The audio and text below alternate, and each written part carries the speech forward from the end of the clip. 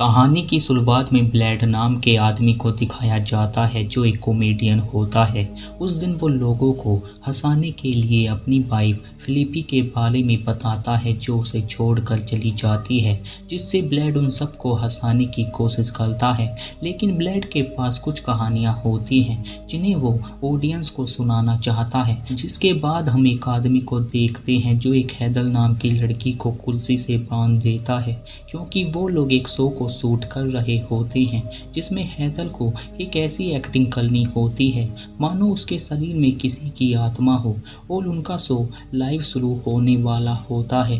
लेकिन उस शो को जितने भी लोग देख रहे होते हैं उन सबको लगता है ये सब सच है, पर ये फेक शो होता है। जिसके बाद डायरेक्टर उस शो को लाइव शुरू करता है और वहाँ फादर लेंस नाम का एक आदमी होता है जो झूठ मूठ हैदर के शरीर से आत्मा निकालने की एक्टिंग करता है और हैदर भी उसका साथ देती है। और जितने भी लोग ये सब देख रहे होते हैं उन्हें ये सच लगता है। पर कुछ देर बाद हैदर को कुछ होने लगता है जिससे उसके शरीर से खून निकलने लगता है और उसकी आवाज़ भी बदल जाती है, क्योंकि उसके अंदर सच में किसी की आत्मा घुस जाती है। ये देखकर वो लोग हैरान हो जाते हैं क्योंकि वो केवल एक्टिंग कर रहे थे, पर हैदर सच में मुसीबत में होती है।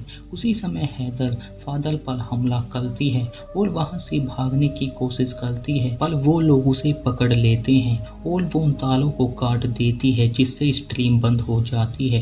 पर कुछ देर बाद हैदर होश में आ जाती है क्योंकि उसके शरीर से वो आत्मा निकल चुकी होती है। लेकिन हैदर को कुछ भी याद नहीं होता, पर जो लोग उस शो को देख रहे होते हैं वो सब लोग उस आत्मा के कंट्रोल में आ जाते हैं, जिससे वो अपने आसपास के लोगों को मारने लगते हैं। इसी के साथ ब्लेड की पहली कहानी यहीं पर ख़त्म हो जाती है।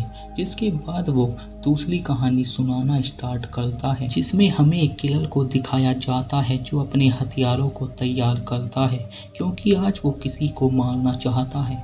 जिसके बाद हम पेज नाम की लड़की को देखते हैं जो अपने बॉयफ्रेंड से बात कर रही होती है, पर उसका बॉयफ्रेंड आज रात देरी से घर पहुंचने वाला होता है, इसलिए वो पेज को सोने को कहता है। पर कुछ देर बाद वो दरवाज़ा अचानक से खुल जाता है जिससे पेज घबरा जाती है और देखने के लिए बाहर जाती है, लेकिन वहाँ उसका बॉयफ्रेंड जैक होता है जो उसे डराना चाहता था। तभी जैक पर कोई हमला करता है और पेज उसे मरा हुआ देखकर वहाँ से भाग जाती है। और वहाँ हम उस किलर को देखते हैं जो अब पेज को भी मारना चाहता है और उसे देखकर पेज घर में ही छुप जाती है। लेकिन कुछ देर बाद पेज वहाँ से भागने की कोशिश करती है, पर वो किलर उसे देख लेता है और उस डिवाइस से वो पेज को मार देता है। जिसके बाद ब्लेड तीसरी कहानी सुनाना स्टार्ट करता है जिसमें हम एक ज़ॉम्बी लड़की को देखते हैं और वहाँ कुछ ज़ॉम्बी भी होते हैं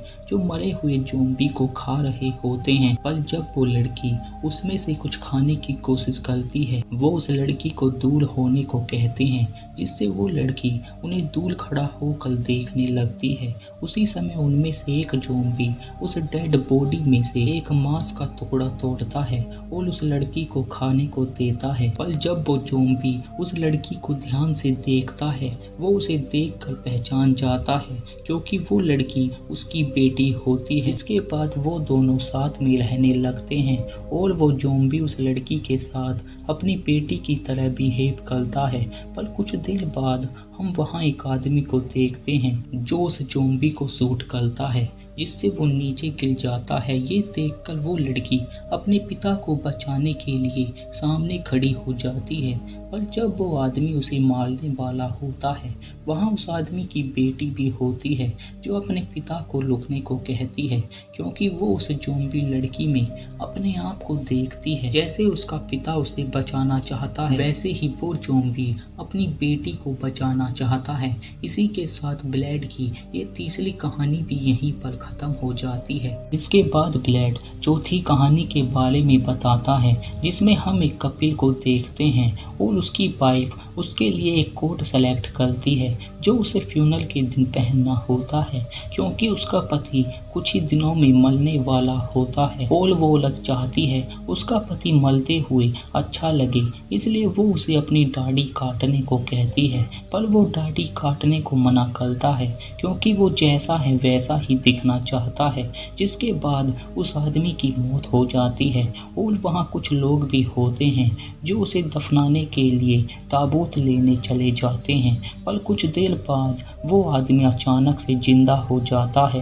ये देखकर उसकी वाइफ हैरान हो जाती है और वहाँ उसकी माँ भी होती है क्योंकि डॉक्टर ने उसे मरा हुआ घोषित कर दिया होता है और वो आदमी जिंदा होकर काफी खुश होता है। पर उसकी वाइफ और उसकी माँ उसे मरने को कहती है क्योंकि बाहर काफी लोग होते हैं और वो नहीं चाहती बाहर जो लोग आए हैं वो लोग उनका मजाक बनाएं, इसलिए वो उसे मरने को कहती है क्योंकि उसे दफनाने के सारे काम हो चुके होते हैं, जिससे वो उसे मरने के लिए फोर्स करने लगती हैं। और वो आदमी उनकी बात मानकर अपनी सांस रोकने की कोशिश करता है, लेकिन वो नहीं मरता, जिसके बाद वो उसके हाथों की नसों को काट देते हैं। पर उसके बाद भी वो आदमी जिंदा होता है, जिससे वो दोनों उस आदमी को जिंदा ही दफना देती हैं। इसी के साथ ये कहानी भी यहीं पर ख़त्म हो जाती है, जिसके बाद ब्लेड 5वीं कहानी के बारे में बताता है, जिसमें हम एक आदमी को देखते हैं जो किसी तरह की मशीन को बना रहा होता है और जब वो मशीन चालू हो जाती है